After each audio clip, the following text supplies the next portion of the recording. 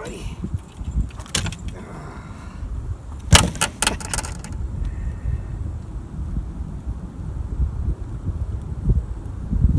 Nice toad bass there, baby.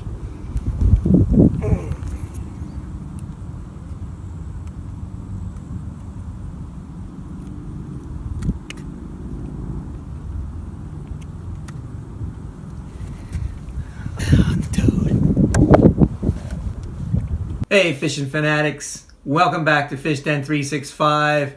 Today we're going to talk about topwater lures. You know, last night it was raining outside and it changed over to snow in the middle of the night, and by the time we got up this morning everything was frozen over and it was extremely windy out and really cold again. And somewhere along the way during the night I had some dreams about topwater fishing, which often happens to me in the wintertime. So I thought I'd do a video on the 5 keys to topwater fishing success. And so we'll do that video right now. So topwater fishing is probably my favorite way to fish. Cat is messing around with the camera, folks. Sorry about that. And so we're going to talk today about 5 keys to topwater fishing success. Number 1 is water temperature. So if the water temperature is 55 degrees or below, topwater is probably not the best thing to throw. Now, but before we get into this, I want to say that when we talk fishing, we're talking in generalities. We're saying that generally these things are true. There are always exceptions to the situations that we talk about in fishing and in life for that matter. But in fishing, when we talk about generalities, we're doing that so that we can put the odds in our favor. It's all about stacking the odds in our favor. So when I say that topwater fishing is probably not the thing to do when the water temperature is 55 degrees or below, that's generally true. Are there exceptions? There absolutely are. There are times when you can catch fish in 52 degree water on top, but it's very rare, and it's likely that you have much better options than that when the water's that cold. That being said, there are cases where fishing topwater when the water is in the high 50s can be quite good. And I'll give you an example. Every November there's a pattern on one of the hillland reservoirs that I fish, Lake Nockamixon. If you're not sure what a hillland reservoir is, just comment and I'll give you some details on how to determine if your place that you fish is a hillland reservoir. Anyway, in mid-November on Nockamixon there is a pattern that is very consistent, and it's been going on for years and years. And that is on a day when you have calm weather, where there's not a lot of wind, the last hour of the day, so this is right before dusk, there's a great topwater bite if you can find the fish on a wake bait. So these are minnow lures. Usually what I use is a Rebel minnow, which is at least a 5.5 inch long lure. It's jointed, and I just fish it as slowly as I can along the surface, and it just makes this wake on the surface.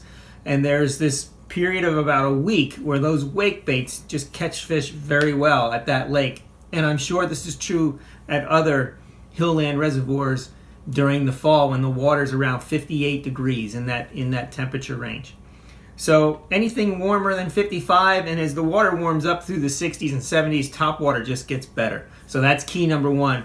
Probably not worth throwing if the water temperature is in the low 50s or below. Key number 2 is water clarity. The clearer the water, the better topwater fishing can be. So water clarity and topwater fishing. So in clear water lakes or clear water reservoirs, I've caught fish on top in 25 feet of water, especially smallmouth bass. And the clearer the water, the better that bite usually is. But the fish will come up that far. Now sometimes smallies will be suspended, so they may not be coming up 20 or 25 feet, but I've caught them in that depth of water on topwaters quite often in a lot of the clear water environments that I fish. Let's start with muddy water. If the water is muddy or very dirty, then topwater is only likely to work where it is shallow, and then you're going to need a noisy bait like this buzzbait, something that makes a lot of commotion on the water. So either a lot of noise or a lot of vibration. Larger baits, that kind of thing. And that's because the water is muddy and the fish need to be able to hear or find that lure. So as we get into more and more clear water, however, now in clear water, bass are sight oriented. They feed based on what they see. And so in clear water, topwater is one of the best things you can possibly throw. And the reason for that is because the fish don't get a very good look at your lure. If you think about it, a topwater lure, when it's on the surface, it's only partially visible to the fish. Part of it is out of the water, and the other part is in the water. So this way, the fish can't get a really good look at it. And when you have very clear water, I'm sure that if you fish in clear water, you've noticed this. You're retrieving a bait, and fish will come along, and they're following it, and they're looking at it, and they're studying it, and then they just swim off. And that's because something's not quite right, and they notice it because the water's so clear, and they get a very good look at it. So in clear water, topwater is one of the best possible things you can throw because they can't get a good look at it. And the clearer the water, the more I like to go to baits like this that are almost translucent. In fact, I have a number of clear baits. They're just unpainted plastic clear baits that I like to fish. A Zara Spook, for example, where the fish can't get a real good look at that because the bait is actually clear. But they can see it, and they can see the disturbance it's making on the surface, and they'll come and they'll grab it. Key number 3, speed of your retrieve. So this is critical when you're fishing a lure that you throw out and just retrieve back, like a buzzbait or the toad that I was fishing at the beginning of this video. By the way, the reason why I put that there, I'm going to show a small clip of that toad fishing again because I want you to watch and see what happens that triggers that strike. So let's take a look at it now.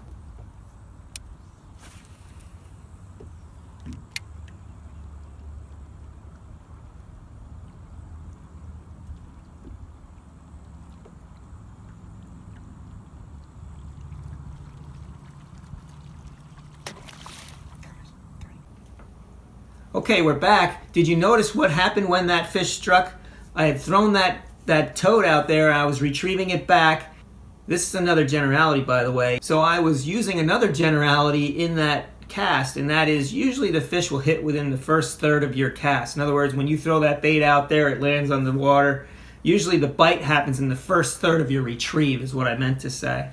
And not always, but 70% of the time, maybe even more, that's when the bite takes place. It's within that first third of your retrieve.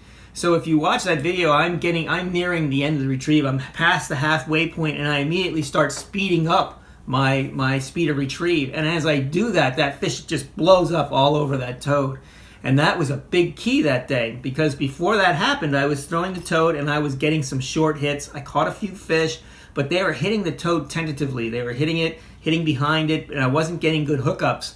But when I speeded that one up and that one hit and fully committed that way, I noticed that, and from that point forward, I started throwing that toad out there and reeling in much faster, my speed of retrieve, and that triggered a whole lot more bites and made it for a very enjoyable day. So speed of retrieve is another critical concept. It's another one of the keys to topwater success. Topwater key number 4 is cadence. So very similar to speed is cadence. So when we have a lure like this, you throw it out and reel it back in. But when we're talking about other types of topwater lures like this Super Pop R or this Sammy, these retrieves are a lot of stop and go. And the cadence that you choose is what triggers the fish. And this is just experimentation. You just have to experiment on what cadence is what's going to work. So for example, I might throw this Pop R out there and I might just dead stick it for a while. Just let it sit on the surface and do nothing. And then just give it the slightest movement where it hardly moves at all. Just maybe turns a little bit. And sometimes that's what they want. They don't want a lot of movement, and they'll just come up very subtly, and all of a sudden it'll just go like a toilet flush. It'll suck in. That's one way. Another way is you may throw it out there and you might have a little more aggressive fish. So you hit it, you pop it once and wait, and then pop it twice. Or pop it twice, pause for a minute, pause for a few seconds, pop it once. So that's what we mean by cadence. And on these type of poppers, that becomes very important. And you just have to experiment until you figure out what the fish want. And then once you figure that out, just keep repeating that cadence. The same is true for these walk the dog type baits like this Sammy. So this bait is meant to be walked back and forth, and you can do that in a number of ways. You can vary this retrieve by giving it, what you're doing is you're popping your rod a few times, you're leaving slack in the line, and so the bait does this, and then it moves this way, and then it moves this way. So you can do 1, 2, 3, pause, 1, 2. That's one way. Some baits like this. This is a Reacion Innovation Vixen. It's another walk the dog bait, but I found that this one works much better when it's fished real fast, as fast as you can fish it. So you're just popping it, boom, boom, boom, boom, boom, and it's just going along, and sometimes that just drives those fish crazy. So that's what we mean by cadence, and cadence is key number 4. Key number 5 is wind. What the wind is doing also affects how you fish a topwater. For example, if you're fishing that 20-foot flat and you have high rollers because you've got a very windy day, topwater is probably not the thing to be throwing when you've got 2-foot waves. The fish just aren't going to be able to see it, key in on it, and find it so well. However, when you do have that kind of weather, then a spinner bait becomes very good, jerk baits become good, and the reason for that, and again, we're assuming this is clear water, is because the wind breaks up the surface of the water, and it makes it a little harder for the fish to get a very good look at your bait. They tend to be more aggressive, and they tend to eat the baits under those conditions compared to when it's a still day. On a still day, that's when you want to go to some type of finesse technique or topwater. Topwater on still days and clear water can be very good. The other thing to know is, what about when you just have a ripple on the water? Well, that's probably one of the best times to fish a topwater. All these topwaters excel during that period when you have just a good ripple on the water. Buzz baits are good then. It just makes it that much harder for the fish to get a good look at your bait. So poppers become very good under those conditions. You can work them a little more aggressively. Same thing with the Sammy type baits, with these walk the dog type baits. You can fish them more aggressively when you have a little bit of just a ripple or a little chop on the water. Another thing about topwater fishing is that most people know that it's good in early in the day and late in the day, dawn and dusk, fishing early morning and again in the evening. But don't overlook the middle of the day in topwater fishing, because in clear water environments, it could be good all day long. And if you have a day where it's cloudy or heavily overcast, or you have slight drizzle or some showers on and off, those days can be dynamite for topwater and the best thing you can throw in many of those cases. The other time topwater is a really good option is at night. Get away from my camera. The other time is at night after dark. In clear water, there are some fish that only feed at night. That's where they specifically will feed because they get an advantage, a sight advantage during the dark. So topwater at night in very clear water could also be a very good option. Lastly, I just would like to talk about these baits individually a little bit. So I think we covered the buzz bait, and the speed of retrieve is the big key here. This is a super pop, but by the way, this is a Lee Bailey Cavatron buzz bait. All these baits that I'm showing you now are baits that I like to fish with, so I want to share those with you just so you know what I like to fish and what works for me. So Lee Bailey Cavatron, I really like that buzz bait. One other thing with the buzz bait here, I don't know if you can see this, but I like to put a piece of heat shrink tubing over this R bend here. So I put a heat shrink tubing on there, and then I just use a match or a heat gun to shrink that on here, and that's on there, it can't come off. Now I can put a snap on there and that allows me to fish it with a snap. This Super Pop R, I really like the profile of this better than the standard Pop R. Years ago, pros like Zell Rowland and Rick Clunn were taking the standard Pop R and sanding them down to make them thinner, to make the walls of the bait thinner, to make it sound more realistic when it was in the water, sounding more like a fleeing bait fish. But the Super Pop R kind of has that profile already, and I don't feel that you need to do that kind of thing with it. It catches fish very well just out of the box the way it is. I have here a Lucky Craft Sammy. This is a very good walk the dog bait, one of the better ones that I fish. Here's another Lucky Craft bait. This is a Gunfish. This is a perch pattern, and the Gunfish walks the dog very nicely, but it also has a bit of a cupped face, and so that cupped face allows you to not only get the walk the dog, but some spitting action from the front of the bait. Here's a homemade popper that I really enjoy using. It's great for stripers and hybrid stripers. This was made and painted by Carle, a fishing buddy of mine Alan, thanks for these things. I've got about 5 of these poppers, and they really do a great job catching fish. And one of the things I'll do with poppers is sometimes I'll tie the line directly to it, but oftentimes I'd like to try and get a little bit of a walk the dog reaction out of the popper too. Now it bloops and makes a lot of commotion that way because of the cupped mouth, but you can also get these baits to turn. And one way to do that is to use a loop knot on there or a very light snap. So I like to use a snap because it's just easier. I can change bait. So I don't know if you can see that, but that's a tiny little snap. I mean, it's the smallest size I can find. And you need a tiny one if you're going to do this, because a snap that weighs too much will take the bait out of balance. You don't want too much weight on the front of the bait. So either use a small snap or use a loop knot. But that snap allows you to have some play, or a loop knot does the same thing, and so the bait can move a little more freely side to side. And with this homemade popper, I got it stuck in the, I'm ruining my wife's brand new tablecloth here.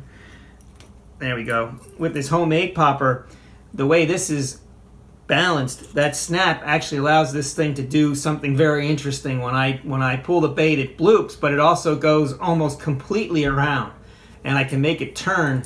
There I go again. I can make it turn more than 90 degrees, and it almost turns back towards the fish. And that is significant on this bait because I like to fish this at night in the spring, May and June, for stripers when the alewife spawn is going on. And if you've ever done that or seen that, the alewives are up on the top spawning, and they actually do a full circle with each other, and that's when these stripers blow up on it. And this thing imitates that very well. You can just make it turn almost all the way around, and I've gotten some tremendous blow-ups on this bait because it imitates those alewives doing their spawning ritual. Already mentioned this Vixen. I like to use this when a fast retrieve is necessary to catch the fish. So this is a really fast cadence lure. I walk the dog with it as fast as you possibly can. So you're constantly snapping that rod and retrieving the slack line. Catches fish. These two baits are made by the same company, just different color patterns, and I found them to be very good. One of the things about these walk the dog baits is, for whatever reason, some catch fish much better than others. And what I found is that they all walk the dog fairly well, so that's not it. It must be the sound that they make. These two are made by a company called Megabait, not Megabass, Megabait. So Megabait is another lure company out there that sells lures for a reasonable price. They're not very expensive, and so they both say Megabait right on the back of the bait. I don't know if you can see that. They're a little smaller in profile than the Sammy. This one's hooked in my finger. These hooks are extremely sharp. Don't try this at home, kids. All right, so there we go. So you can see a little bit of a narrower and shorter profile, but sometimes when the water's real calm, this subtler approach or a subtler lure really catches them. And I found that these Megabait lures really work well for me. I like to fish them quite a bit. And then lastly, I have one even smaller. This is another Lucky Craft Sammy 65. This thing is a killer. Sometimes you can't get them to go after these big baits. Usually after the spawn in spring, there's a lot of little fry in the water, and that's when these things... I hooked myself again. And that's when these little guys really excel. They also do very well in rivers and streams and small ponds, but these things are fish catchers. You can't fish them too fast. They kind of get out of balance on, you can't do that real fast cadence, but the 1, 2, 3, stop, 1, 2, they just, it's a great smallmouth bait too. So those are some of the topwater lures I like to fish. And I think hopefully I gave you some things to think about, some tips about how to use a snap, or maybe how to use heat shrink tubing on a buzzbait to allow you to change buzzbaits faster. All these things add up and they help you to catch more fish. I'm Den Herring, and I look forward to bringing more videos to you. If you got something from this video, please hit that like button. More importantly, please subscribe to my channel and share it with your friends. I'm trying to up the production of videos, trying to do 2 a week. somewhere like Tuesday and Friday. If I might be more late, sometimes it might be Wednesday and Saturday, but I will try and put out 2 a week going forward, and we'll see how that does. May God bless your fishing endeavors. You're on video right now, just so let me sit there and do a test.